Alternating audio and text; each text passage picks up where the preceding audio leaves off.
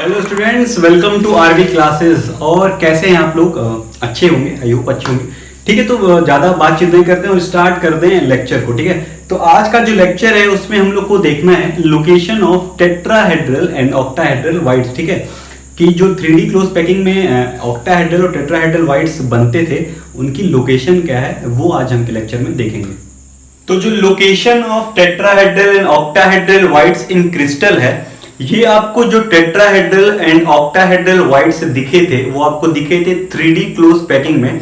जहां तक आपको याद होगा, जब हम लोग 3D क्लोज पैकिंग कर रहे थे तो जब लेयर के ऊपर लेयर रख रहे थे तो हम लोग को दो तरीके के वाइट्स दिखाई दे रहे थे। एक का नाम था टेट्राहेड्रल वाइट्स एंड एक का नाम था ऑक्टाहेड्रल वाइट्स। आज हमको ये पढ़ना है कि उनकी लोकेशन कहाँ है, आखिर वो कहाँ पे हमको दिखते हैं, कौन सी ऐसी पोजीशन क्रिस्टल में होती है जहां पे ऑक्टाहेड्रल और टेट्राहेड्रल वाइट्स दिखेंगे। जैसे ये आपका रूम है, तो इस रूम के ऊपर के रूम पे अगल बगल चारों तरफ अगर रूम है तो वहां पे दो तरह के वाइट्स बन रहे होंगे। अगर ये एक क्यूब है तो एक बन रहा होगा टेट्राहेड्रल वाइट्स और एक बन रहा होगा ऑक्टाहेड्रल वाइट्स। अब हमको आज के लेक्चर में यही देखना है कि एक क्रिस्टल के अंदर, एक यूनिट सेल के अंदर ये ऑक्टाहेड्रल वाइट्स और क्रिस्टल टेट्राहेड्रल वाइट्स का लोकेशन का है, क्या लोकेशन है। बट उस लोकेशन से पहले हम ये देखेंगे कि टेट्राहेड्रल वाइट्स और ऑक्टाहेड्रल वाइट्स आखिर जनरेट कैसे होती है, वो कहां से निकलती है, ऐसा क्या एटम्स किसके ऊपर रखाता है कि जहां पे टेट्राहेड्रल और ऑक्टाहेड्रल दिखने लगती है। तो आइए स्टार्टिंग से उसको देखते हैं और फिर धीरे धीरे लेक्चर को आगे बढ़ाते हैं। तो सबसे पहले देखते हैं कि टेट्राहेड्रल वाइट्स कैसे जनरेट होती है। टेट्राहेड्रल वाइट्स, ठीक है। तो देखिए, टेट्राहेड्रल वाइट्स के लिए जो हमको कंडीशन चाहिए, जो कंडीशन होना चाहिए, वो कंडीशन मैं यहां पे लिख दे रहा हूं। कंडीशन होना चाहिए हमारे पास 4 एटम्स होने चाहिए। ठीक है, ये पहला कंडीशन है कि टेट्राहेड्रल वाइट्स अगर कहीं पे बन रहे हैं तो 4 एटम्स की जरूरत पड़ेगी। ठीक है, अब ये ऐसे बोल रहा हूं ना, तो उस चीज को आप लोग लिखते रहा करिए कि ये जरूरी नहीं मैं लिखवाऊंगा कि टेट्राहेड्रल वाइट्स के लिए इन चीजों की जरूरत है। तो आप वीडियो को पॉज करिए, 2 लाइन सुने, उसको नोट कर लीजिए जो आपको लगे इंपॉर्टेंट। ठीक है, तो टेट्राहेड्रल वाइट्स के लिए जो कंडीशन, पहली कंडीशन है क्या, हमको क्या चाहिए, 4 एटम्स चाहिए। 4 एटम्स अगर मिलेंगे तो टेट्राहेड्रल वाइट्स बनेगा। कैसे मिलेंगे वो देखते हैं। तो जैसे मान लीजिए कि ये एक मेरे पास एक एटम है, ये एक एटम है, ये एक लेयर पे ऐसे नीचे रखा हुआ। ठीक है, जैसे मान लीजिए ये एक एटम है, ठीक है, ऐसे रखा हुआ है कहीं पे एक एटम। अब वो हो क्या रहा है, इसके ऊपर, इस एटम के ऊपर हम एक 3 एटम का सेट रख रहे हैं।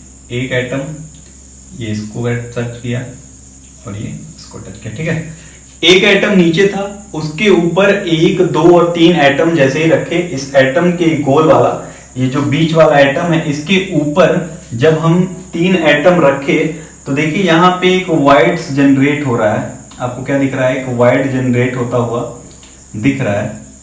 जब इस एटम, 3 एटम के ऊपर से आप उसको देखेंगे तो जो टच करेंगे वो नीचे वाला एटम आपको क्या होगा, टच करता हुआ दिखाई देगा। कहां गया मार्कर,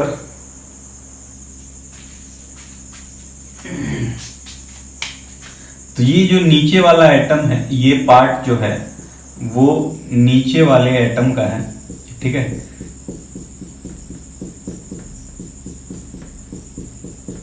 और ये जो है हमारा वाइट दिख रहा था। ठीक है,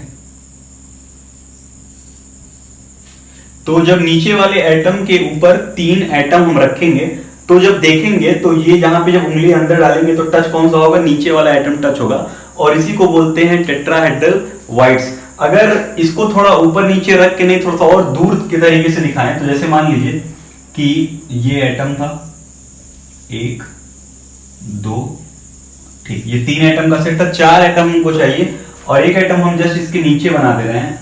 ठीक है, होगा ये नीचे और ये इसके ऊपर, बट आपको समझने के लिए अब देखिए, अगर इन तीनों एटम्स का अगर हम सेंटर ड्रॉ करें तो आपको एक ट्रायंगल दिख रहा होगा। ठीक है, इस 3 एटम का अगर सेंटर ड्रॉ करें तो आपको एक ट्रायंगल दिख रहा है और इसका भी एक सेंटर होगा। अब इनके सेंटर से अगर इनका सेंटर हम ज्वाइन करते हैं, इनके सेंटर से इनका सेंटर ज्वाइन किए तो आपको यहां पे एक टेट्राहेड्रल स्ट्रक्चर दिखाई दे रहा होगा। इसी को बोलते हैं टेट्राहेड्रल वाइड्स, ठीक है। तो ये एक टेट्राहेड्रल वाइड्स है, और जो टेट्राहेड्रल वाइड्स बनेगा, मतलब एक एटम नीचे और 3 एटम उसके ऊपर जो वाइड बनेगा, उस वाइड का सेंटर और इस ट्रायंगल का सेंटर क्या करेगा, आपस में एक लेयर में एक दूसरे के ऊपर लाई करेगा, ठीक है। तो ये होता है टेट्राहेड्रल वाइड। टेट्राहेड्रल वाइड कब जनरेट होता है, जब नीचे आप एक एटम की लेयर, एक एटम रखें, एक लेयर का एटम है, ठीक है, उसके ऊपर 3 एटम अगर उस एटम के ऊपर ही रखा जाता है तो यहाँ पे एक वाइड जनरेट होता है, और इसी वाइड को हम बोलते हैं टेट्राहेड्रल वाइड। अब बात आती क्यों टेट्राहेड्रल ही बोलते हैं, तो जब इस 3 एटम का आप वो 3 एटम के सेंटर को ज्वाइन करेंगे तो ट्रायंगल बनता है, फिर इसके सेंटर से उस ट्रायंगल को अगर ज्वाइन कर देंगे एक सीधी लाइन से, तो जो स्ट्रक्चर बनता है वो टेट्राहेड्रल स्ट्रक्चर बनता है, इसीलिए हमको इसको बोलते हैं टेट्राहेड्रल वाइड्स, ठीक है। तो ये टेट्राहेड्रल वाइड कैसे जनरेट होता है, वो आपको चीजें क्या हो रही हैं, क्लियर हो गई हैं। अब देखते हैं ऑक्टाहेड्रल वाइड की ऑक्टाहेड्रल वाइड जनरेट कैसे होती है। तो इसके लिए जो हमारे पास कंडीशन चाहिए वो होने चाहिए हमारे पास 6 एटम्स। क्या होने चाहिए, 6 एटम्स होने चाहिए। ये कंपलसरी, अगर 6 एटम नहीं होंगे तो ऑक्टाहेड्रल वाइड नहीं बन सकता है। अब ये 6 एटम में 3-3 एटम का सेट होता है, ठीक है, 3-3 एटम का सेट होगा। ये एक एटम, ये दूसरा एटम और ये तीसरा एटम, एक सेट ये हुआ, और एक सेट ऐसे होगा, एक ये एटम, एक ये एटम और एक ये एटम, ठीक है। 3-6 एटम का सेट हो गया। ऑक्टाहेड्रल वाइड हमको बनाना है। अब देखें, अगर इनके सेंटर को अगर हम स्ट्रेट लाइन से ज्वाइन करें तो आपको यहां पे एक ट्रायंगल दिखाई दे रहा होगा। इसी तरह इनके सेंटर को अगर हम ज्वाइन करें तो भी हमको क्या मिलेगा, एक स्ट्रेट ट्रायंगल, मतलब स्ट्रेट लाइन करने पे एक ट्रायंगल मिलेगा। बट दोनों ट्रायंगल में आप एक चीज डिफरेंस देख रहे होंगे, थोड़ा सा दोनों में अंतर भी है, कि इसका जो एपेक्स है वो डाउनवर्ड है और इसका एपेक्स कहाँ है, अपवर्ड है। मतलब इस ट्रायंगल का जो अपवर्ड मतलब शीर्ष जो है वो इस ऊपर में है, और इसका जो है सर है वो क्या है, डाउनवर्ड है। मतलब इसका एपेक्स डाउनवर्ड है, इसका एपेक्स अपवर्ड है, ठीक है। तो ऐसा होना चाहिए। अगर दोनों ट्रायंगल के एपेक्स अपोजिट नहीं है तो ऑक्टाहेड्रल वाइड्स नहीं बनेगा। इस चीज को आप नोट कर लीजिएगा कॉपी में।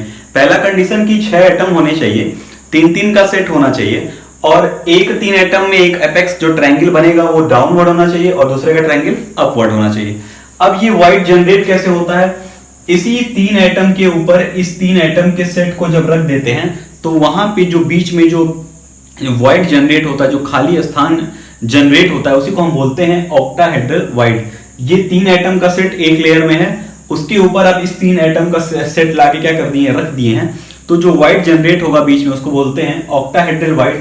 ये कैसे जनरेट होता है फिर से यहाँ पे देखते हैं। ये एक एटम था, ये दूसरा एटम था, ये इसका तीसरा एटम था।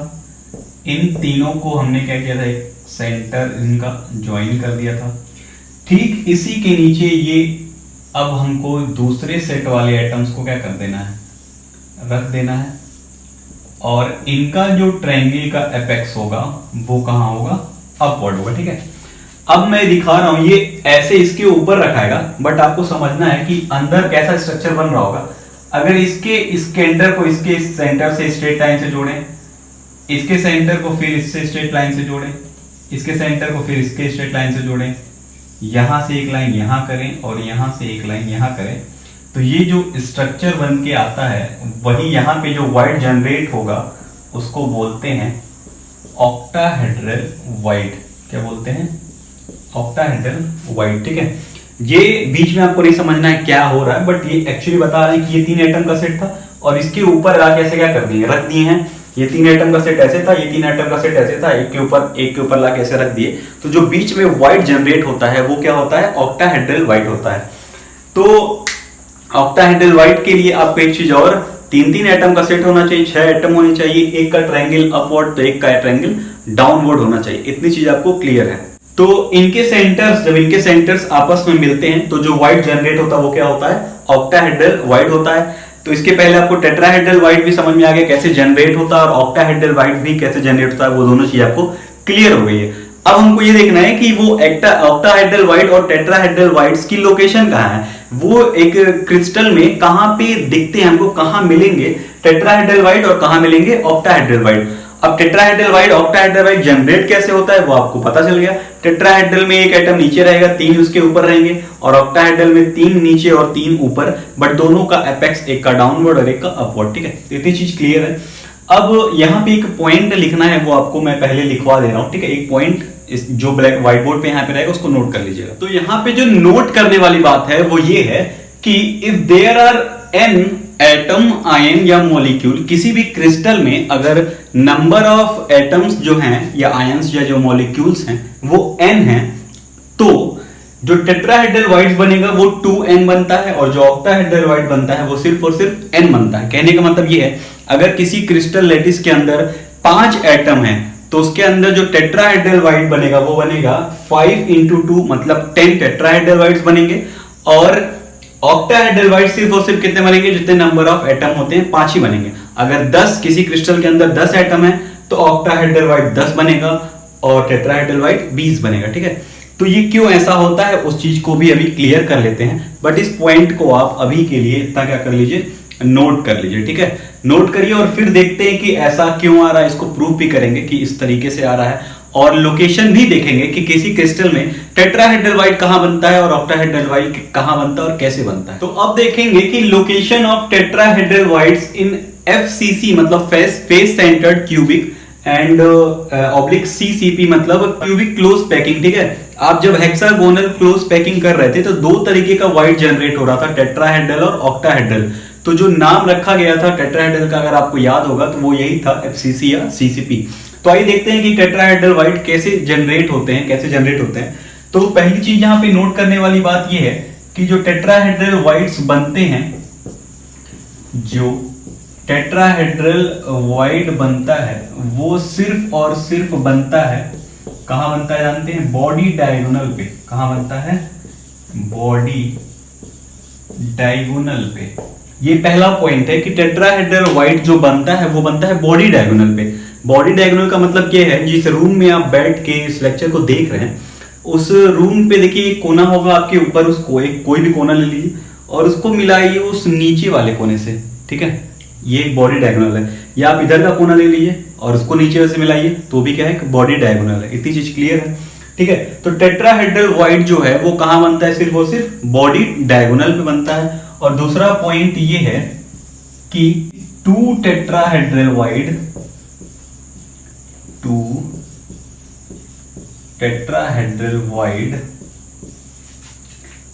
At each body diagonal. ठीक है, एक बॉडी डायगोनल पे 2 टेट्राहेड्रल वाइड बनता है। ठीक है, ये 2 पॉइंट इंपॉर्टेंट था, दोनों पॉइंट को आप नोट कर लीजिए। ये 2 नंबर वाला नहीं, 80W2 वाला 2 है। ठीक है, 2 पहला टेट्राहेड्रल वाइड कहां बनता है, सिर्फ और सिर्फ बॉडी डायगोनल पे।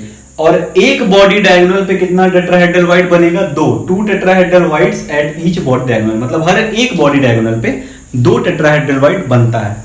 अब देखते हैं कैसे बनता है, कितना बनता है, क्यों बनता है। आइए इसको भी देखा नोट करते हैं। तो अब दोनों पॉइंट नोट कर लिए होंगे कि टेट्राहेड्रल वाइड जो बनता है वो कहां बनता है, बॉडी डायगोनल पे, और एक बॉडी डायगोनल पे कितने बनते हैं, 2 टेट्राहेड्रल वाइड बनते हैं। तो हमको जो टेट्राहेड्रल वाइड बनता है वो कहां बनता है, face centred cubic unit cell में। तो आइए बनाते हैं face centred cubic unit cell. और अब ये आपके लिए बहुत ही पुरानी चीज हो चुकी है, ये सिंपल यूनिट सेल या फेस सेंटर्ड बनाना। तो अब साथ साथ आप भी अपने कॉपी में बनाते रहेंगे तो तुरंत चीजें को समझना आसान हो जाएगा।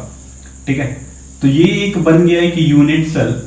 ठीक है, तो देखिए अगर सिंपल यूनिट सेल होगा तो इसके 8 कॉर्नर पे एटम बैठे होंगे। ठीक है, अब हम बस उन्हीं एटम्स, आयन या मॉलिक्यूल्स को दिखाएंगे जो यहाँ पे जरूरी है। हम पहले ही बता दे रहे कि ये एक FCC है, मतलब इसके 8 कॉर्नर पे भी एटम, आयन या मॉलिक्यूल हो सकते हैं, होंगे ही होंगे, और उनके 6 फेस पर भी एटम बैठे होंगे।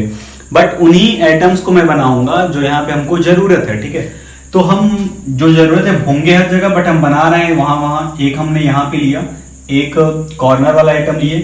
अच्छा, 6 फेस पे होंगे तो पहले हम कुछ फेस का ले रहे हैं। एक फेस यहाँ वाला ले लिए, एक फेस यहाँ वाला ले लिए, और एक फेस यहाँ वाला ले लिए। ठीक है, अच्छा हमको टेट्राहेड्रल वाइड्स बनाने के लिए कितने एटम्स चाहिए थे, याद करिए, 4 एटम चाहिए।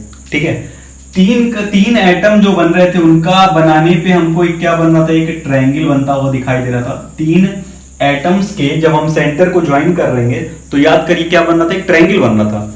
और जब हम उसके ट्रायंगल को इस एटम के सेंटर से मिला रहे थे चारों तरफ से, तो हमको एक क्या मिल रहा था, एक टेट्राहेड्रल वाइड्स की तरह एक स्ट्रक्चर मिल रहा था, जो यहां पे भी आपको दिखाई दे रहा होगा कि ये स्ट्रक्चर कैसा बन रहा है, एक टेट्राहेड्रल स्ट्रक्चर है। यही तीन एटम और एक ये एटम मिलकर क्या बनाते हैं, एक टेट्राहेड्रल वाइड बनाते हैं। इसी तरीके से यहां पे भी बन सकता है, एक एटम ये है, ठीक है, एक एटम यहां वाला रहेगा, थोड़ा सा इसको और पीछे बना देते हैं, एक एटम यहां वाला रहेगा और एक इस फेस पे और एक इस फेस पे, ठीक है। तो इसके सेंटर को जब हम ज्वाइन किए तो क्या बना, एक ट्रायंगल, और जब इन सब के सेंटर को इसके सेंटर से ज्वाइन कर दिए तो क्या बन गया, एक टेट्राहेड्रल स्ट्रक्चर बन गया। और ये हमारा क्या है, एक बॉडी डायगोनल है। बॉडी डायगोनल का मतलब इस कोने से लीजिए और नीचे वाला मिलाइए, तो इस कोने के लिए और उसके नीचे वाले को क्या कर दिए, मिला दिए, ठीक है। एक बॉडी डायगोनल पे आपको कितने टेट्राहेड्रल स्ट्रक्चर दिख रहे हैं, दो, देखिए, एक ये और एक ये। टेट्राहेड्रल स्ट्रक्चर जो टेट्राहेड्रल वाइड है वो जो जनरेट हो रहा है कितने एटम से मिलकर बनता है, एक टेट्राहेड्रल वाइड के लिए 4 एटम चाहिए, तो 4, देखिए ये 4 हो गए, 3 से एक ट्रायंगल और एक ये, मतलब इस एटम के ऊपर ये तीनों वाले एटम क्या किए, रखे गए हैं। इसके पहले जस्ट अभी 5-10 मिनट पहले आप देखे होंगे कैसे हो रहा था। फिर इस एटम के ऊपर इन तीनों को क्या किया गया, रखा गया है। तो जो बीच में जो वाइड बन रहा है, इनके जब सेंटर को ज्वाइन करेंगे तो हमको कैसा दिखता है, एक टेट्राहेड्रल स्ट्रक्चर दिखता है, इसीलिए इसको बोलते हैं टेट्राहेड्रल वाइड्स। तो एक बॉडी डायगोनल पे कितना आपको टेट्राहेड्रल वाइड दिख रहा है, 2, मतलब वन बॉडी डायगोनल पे, वन बॉडी डायगोनल पे हमको कितना मिल रहा है, 2 टेट्राहेड्रल वाइड्स मिल रहे हैं, ठीक है। तो अब यहां पे देखने वाली बात ये है, सारे फेस सेंटर्ड में कितने बॉडी डायगोनल होते हैं, तो फेस सेंटर्ड बॉडी डायगोनल में 4 होते हैं, आप खुद ही देख लीजिए। एक यहां से अपने रूम में देखिए, ऊपर से नीचे करिए, ऊपर से आइए और एक नीचे जाइए, पहला डायगोनल, फिर इस साइड में ऊपर से जाइए, नीचे जाइए, दूसरा बॉडी डायगोनल, फिर वहां के ऊपर से यहां आइए, तीसरा, और वहां के ऊपर से यहां आइए, तो कितना हो गया, 4। तो एफसीसी में होते कितने डायगोनल हैं, 4 बॉडी डायगोनल होते हैं। कितने बॉडी डायगोनल होते हैं, 4 बॉडी डायगोनल होते हैं। इतनी चीज क्लियर है। एक बॉडी डायगोनल पे कितने टेट्राहेड्रल वाइड बन रहे हैं, 2। एक बॉडी डायगोनल पे 2 बन रहे हैं, तो 4 पे कितने बनेंगे, तो 4 पे बनेंगे 4 × 2 मतलब 8 टेट्राहेड्रल वाइड। 8 टेट्राहेड्रल वाइड बनेंगे कितने में, हमारे एफसीसी स्ट्रक्चर में। 8 टेट्राहेड्रल वाइड बनेंगे हमारे एफसीसी स्ट्रक्चर में। अच्छा, हमारा जो फॉर्मूला था अभी हम बनाए थे कि अगर मेरे पास एक क्रिस्टल हो और उसमें n नंबर ऑफ एटम्स हो तो टेट्राहेड्रल वाइड कितने बनते हैं, 2n बनते हैं। कितने बन रहे थे, 2n बन रहे थे अगर n नंबर ऑफ एटम्स हैं तो आपको पता है कि face centred cubic unit cell में हमारे पास टोटल कितने नंबर एटम्स पार्टिसिपेट करते हैं, 4 पार्टिसिपेट करते हैं। सिंपल क्यूबिक यूनिट सेल में 4 पार्टिसिपेट करते हैं और एफसीसी में कितने करते हैं, सिंपल क्यूबिक यूनिट सेल में 1 पार्टिसिपेट करते हैं और एफसीसी में कितने करते हैं, 4। तो अगर 4 पार्टिसिपेट कर रहे हैं नंबर ऑफ एटम्स, तो 2 से यहां मल्टीप्लाई कर दिए तो मेरे पास कितना टेट्राहेड्रल वाइड आएगा, 8 आएगा, जो हमारा इसके पहले हम जो आपको नोट करके लिखवाए थे। और यहाँ पे हमको दिख भी गया कि 8 टेट्राहेड्रल वाइड बन रहा है, क्योंकि एक डायगोनल पे 2 बन रहे हैं, तो 4 डायगोनल होंगे, 4 बॉडी डायगोनल होंगे, तो 4 × 2 = 8। तो यहाँ पे टेट्राहेड्रल वाइड्स आपको समझ में आ गया, ठीक है। यहाँ पे चीजें लिखवानी नहीं है, आप जो मेरी बात सुन रहे हैं पॉज करके जो समझ में आ रहा है लिखते रहिए। ये छोटे छोटे पॉइंट हैं वो भी आप लिखते रहिए, अपने लैंग्वेज में लिखिए, कॉन्सेप्ट आपका बस क्लियर होना चाहिए। अब देखते हैं लोकेशन ऑफ ऑक्टाहेड्रल वाइड। तो टेट्राहेड्रल वाइड्स का लोकेशन क्या है कि कहां बनते हैं, बॉडी डायगोनल पे। एक छोटा सा क्वेश्चन बन सकता है कि टेट्राहेड्रल वाइड्स कहां बनते हैं, तो आप बता सकते हैं कि बॉडी डायगोनल पे बनेंगे। और एक क्रिस्टल लैटिस में, एक एफसीसी में या सीसीपी में 4 बॉडी डायगोनल होते हैं, तो एक बॉडी डायगोनल में 2 बनेंगे, तो 4 पे कितने बनेंगे 8। इतनी चीज क्लियर है। अब देखते हैं octahedral wides, location of octahedral wide. कुछ समझने से पहले ये 2 पॉइंट नोट कर लीजिए कि लोकेशन ऑफ ऑक्टाहेड्रल वाइड में इसके लिए हमको 6 एटम चाहिए। आपको पता है कि ऑक्टाहेड्रल वाइड बनाने के लिए हमको 6 एटम्स चाहिए था। 3 एटम का सेट, 3 एटम का सेट नीचे था जिसका एपेक्स मान लेते हैं डाउनवर्ड या अपवर्ड था, और एक का एपेक्स जस्ट उसके अपोजिट था। ऐसे तीनों एटम को जब रख रहे थे तो बीच में जो गैप बन रहा था, जो वाइड बन रहा था, उसको हम क्या बोलते हैं ऑक्टाहेड्रल वाइड। अब जो ऑक्टाहेड्रल वाइड बनता है वो किसी क्रिस्टल में कहां बनता है, ये सेकंड पॉइंट पे लिखा है। कह रहा है कि 1 octahedral void at each edge, मतलब हर एक एज पे एक ऑक्टाहेड्रल वाइड होगा। 1 octahedral void at each edge, edge के सेंटर पे, मतलब अगर दीवार की जो एक लाइन आपको ऊपर से नीचे दिखाई दे रही है उसके सेंटर पे एक ऑक्टाहेड्रल वाइड होगा, और and 1 octahedral void at the centre of the cube, और मतलब सेंटर, क्यूब के सेंटर में एक ऑक्टाहेड्रल वाइड बनेगा। मतलब आप जहां बैठे हैं, अगर रूम के बीच में बैठे हैं तो उस पोजीशन पे एक ऑक्टाहेड्रल वाइड बनेगा, और जो आपको एज दिखाई दे रहा 12 एज होते हैं, उन 12 एजों के बीच में भी ऑक्टाहेड्रल वाइड बनेगा। कैसे बनता है वो हम आपको बताएंगे। ये 2 पॉइंट इंपॉर्टेंट है, वो आपको जानना जरूरी है कि 6 एटम्स चाहिए और एक बनेगा हर एक एज पे और एक बनेगा एक बॉडी पे, मतलब बॉडी के मतलब किसी भी क्यूब के बीच में बनेगा। ठीक है, तो आइए समझते हैं कि कैसे बन रहा है और कहां देखते हैं कैसे कैसे बनता है। देखते हैं कि कैसे बनता है ऑक्टाहेड्रल वाइड। उसके लिए फिर हमको एक यूनिट सेल बनाना पड़ेगा। तो ये तो अब हो गया है बहुत ही आसान, और आप लोग भी साथ साथ कॉपी में बनाते रहिए। ठीक है, अब इस क्यूब में, इस क्रिस्टल में कहा जा रहा है कि ऑक्टाहेड्रल वाइड जो बनेगा वो एक बनेगा क्यूब के बीच में। ठीक है, क्यूब के बीच में ही बनेगा। कैसे बनेगा भी देखते हैं। बनाने के लिए कितने एटम्स चाहिए 6, ये आपको याद रखना चाहिए, और हर एक एज पर के बीच में भी एक ऑक्टाहेड्रल वाइड बनेगा। तो आइए पहले देखते हैं कि इस क्यूब के बीच में कैसे बन रहा है ऑक्टाहेड्रल वाइड, क्योंकि 6 एटम चाहिए और 6 एटम कैसे ज्वाइन कर रहा है इसको देखते हैं। ठीक है, जैसे समझते हैं ऐसे, जैसे आप जहां रूम पे बैठे हैं आपको 6 फेज दिख रहे होंगे। ठीक है, एक फेज आपके लेफ्ट वाले दीवार का, एक फेज आपके राइट वाले दीवार का। ठीक है, 2 फेज हुए। एक जस्ट आपके पीछे 3 फेज, ये जस्ट सामने 4 फेज, 5वां फेज ऊपर और 6वां फेज नीचे, 6 फेज हैं। उन 6 फेज पे अगर हम एक एटम बिठा दें, 1 2 फेज, 3 फेज, 4 फेज। ठीक है, दाएं बाएं ऊपर नीचे। अब पीछे ये वाला हो गया और जस्ट इसके आगे वाला भी क्या होगा, मान लेते हैं आगे वाला ये हो गया।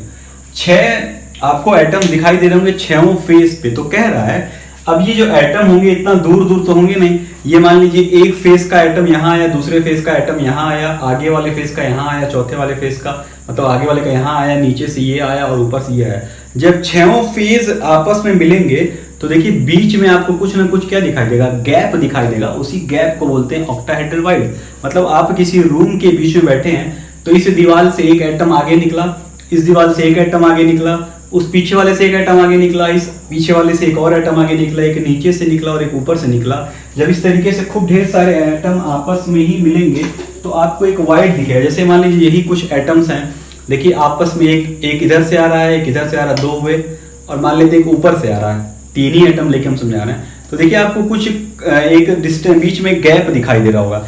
इसी तरीके से जब आगे पीछे और 6 साइड से एटम्स बीच में टकराएंगे तो बीच में जो वाइड जनरेट होता है उसको क्या बोलते हैं, ऑक्टाहेड्रल वाइड। ठीक है, तो पहला ऑक्टाहेड्रल वाइड कैसे बन रहा है, एक क्यूब के जस्ट बीच में बन रहा है। और क्यूब के जस्ट बीच में कैसे बन रहा है, जब 6 फेसेस पे एटम बैठेंगे तो एक बीच में बनेगा। एक कहा गया है हम लोग कि हर एक एज पे भी बनेगा, एज के सेंटर पे भी ऑक्टाहेड्रल वाइड बनता है। जैसे ये एक एज है, ठीक है, ये जो लाइन होती है इसको क्या बोलते हैं, एज। आपके दो कोने को दीवार को जो लाइन ज्वाइन कर रही है इसको क्या बोलते हैं, एज। और हमारे क्यूब के अंदर होते हैं 12 एज होते हैं। ठीक है, तो आइए किसी एक एज को समझते हैं कि वहां पे 6 एटम कैसे मिल रहे हैं कि ऑक्टाहेड्रल वाइड बन जा रहा है। ठीक है, तो एक एटम मान लीजिए आपका यहां होगा। ठीक है, ये एक एज है, दूसरा एटम यहां होगा। ठीक है, तीसरा एटम ये मान लेते हैं इस फेज पे। अब 3D होगा तो उधर भी एक फेज होगा, ये हो गया चौथा एटम। ठीक है, तो अब देखिए लेफ्ट राइट आगे पीछे हो गया। ठीक है, लेफ्ट हो गया, राइट हो गया, आगे हो गया, पीछे हो गया। अब पांचवा एक ऊपर होगा, छठवां कहाँ होगा, नीचे। मतलब ऊपर मान ले रहे हैं कि ये ऊपर वाला एटम हो गया और ये क्या हो गया, नीचे वाला एटम। तो देखिए आपको 6 एटम क्या हो रहे हैं, बनते हुए दिख रहे हैं, बट ये 6 एटम दूर दूर नहीं होंगे, ये ऐसे आपस में बड़े बड़े होंगे और आपस में क्या हो रहा है, कहीं ना कहीं पे ऐसे ऐसे सट रहे होंगे। अब ये 6 एटम के बीच में जो ये गैप बन रहा है उसी को हम क्या बोलते हैं, ऑक्टाहेड्रल वाइड। ठीक है, तो एक लाइन पे ही मैं बनाने की कोशिश कर रहा हूँ, बनाने की दिखाने चाह रहा हूँ। एक हो गया ये, और एक हो जाएगा 2, ये हो जाएगा 3, ये हो जाएगा 4, ये हो जाएगा 5 और ये हो जाएगा 6। ठीक है, तो देखिए ये 6 एटम, एक यहाँ पे बैठा था, एक यहाँ बैठा, एक यहाँ बैठा, 6 एटम के बीच में मिलने पे ये जो गैप बन रहा है उसी को हम क्या बोलते हैं, ऑक्टाहेड्रल वाइड बोलते हैं। ठीक है, तो ऑक्टाहेड्रल वाइड कहाँ कहाँ बनता है, एक यूनिट सेल के पहला तो एक सेंटर में बनेगा, एक बीच में, और हर एक एज पे भी क्या बनता है, ऑक्टाहेड्रल वाइड बनता है। तो टोटल एक एफसीसी या सीसीपी में कितने ऑक्टाहेड्रल वाइड बने, तो जो एक हो गया वो हमारा कहां पे हो गया, एक तो सेंटर में होगा, तो ये तो पूरा इस क्यूब के अंदर है, तो अपना पूरा पार्टिसिपेट कर रहा है एक, और 12 एज पे भी होंगे। बट आपको पता है कि एज जो यूनिट सेल में अपना पार्टिसिपेट करता है, ये जो एज है इस यूनिट सेल में जो पार्टिसिपेट करता है वो कितना करता है, 1/4, तो इनटू हो गया 1/4, तो ये आ गया 3। मतलब 3 एटम, 3 जो ऑक्टाहेड्रल वाइड है वो पूरे मिला के एज पे बनेंगे और एक सेंटर पे बनेगा। तो टोटल हमारे पास कितने ऑक्टाहेड्रल वाइड बनेंगे, 4 ऑक्टाहेड्रल वाइड बनेंगे। और हमारा फॉर्मूला क्या था कि जितने भी नंबर ऑफ एटम्स होते हैं उतने ही ऑक्टाहेड्रल वाइड भी बनते हैं। तो हमारे पास कितने नंबर ऑफ एटम हो रहे हैं, 3 आ रहा है एज से और 1 आ रहा है सेंटर से, मतलब 4 ही एटम है। तो ये ऑक्टाहेड्रल वाइड में कितना बनेगा, 4। लेकिन टेट्राहेड्रल वाइड में क्या होता है, 2 से मल्टीप्लाई हो जाता था। तो इतनी चीजें आपको क्लियर हो गई, टेट्राहेड्रल वाइड और ऑक्टाहेड्रल वाइड। हमको लगता है पूरे तरीके से आपका कॉन्सेप्ट क्लियर होगा। ठीक है, तो ऑक्टाहेड्रल वाइड कहाँ कहाँ बनते हैं, एक क्यूब के बीच में, तो एक पूरा आ गया, और हर एक एज पे बनता है। तो एज 12 एज होते हैं और वो पार्टिसिपेट अपना कितना करते हैं, 1/4। तो टोटल ऑक्टाहेड्रल वाइड आए कितने, 3 यहां से और एक यहां से, टोटल कितने आए, 4। और हमारा फॉर्मूला भी था जितने नंबर ऑफ एटम्स होंगे उतने ही ऑक्टाहेड्रल वाइड भी बनते हैं। तो नंबर ऑफ एटम्स 4 आ रहे हैं, तो ऑक्टाहेड्रल वाइड में कितना बनेगा, 4 ऑक्टाहेड्रल वाइड कितना बना, 4। ठीक है, तो ये चीजें आप नोट करिएगा और जो मैं बोल रहा हूं उसको भी अपने पॉइंट अपने भाषा में, अपने लैंग्वेज में लिखते रहिएगा। ठीक है, तो इतनी चीजें क्लियर हो गई। टेट्राहेड्रल वाइड्स के लिए कितने एटम चाहिए थे, 4 एटम, एक नीचे 3 ऊपर। ठीक है, ऑक्टाहेड्रल वाइड्स के कितने एटम चाहिए थे, 6 एटम, एक का एपेक्स डाउनवर्ड जो ट्रायंगल बनेगा और एक का एपेक्स अपवर्ड। तो इतनी चीजें क्लियर हो गई। टेट्राहेड्रल वाइड कहां बनता है, सिर्फ और सिर्फ बॉडी डायगोनल पे बनता है। एक बॉडी डायगोनल पे कितने टेट्राहेड्रल वाइड बनते हैं, 2 बनते हैं। तो अगर किसी भी एटम्स के अंदर 4, एफसीसी के अंदर कितने टोटल एटम होते हैं, 4 होते हैं, या 4 बॉडी डायगोनल होते हैं। तो अगर एफसीसी के अंदर वैसे भी आप जान रहे हैं कि 4 ही एटम्स पार्टिसिपेट करते हैं, तो नंबर ऑफ एटम्स कितने हुए, 4। तो टेट्राहेड्रल वाइड कितने बनेंगे, 8। देखिए 8 बन रहे थे। एफसीसी के अंदर कितने नंबर ऑफ एटम्स होते हैं, 4।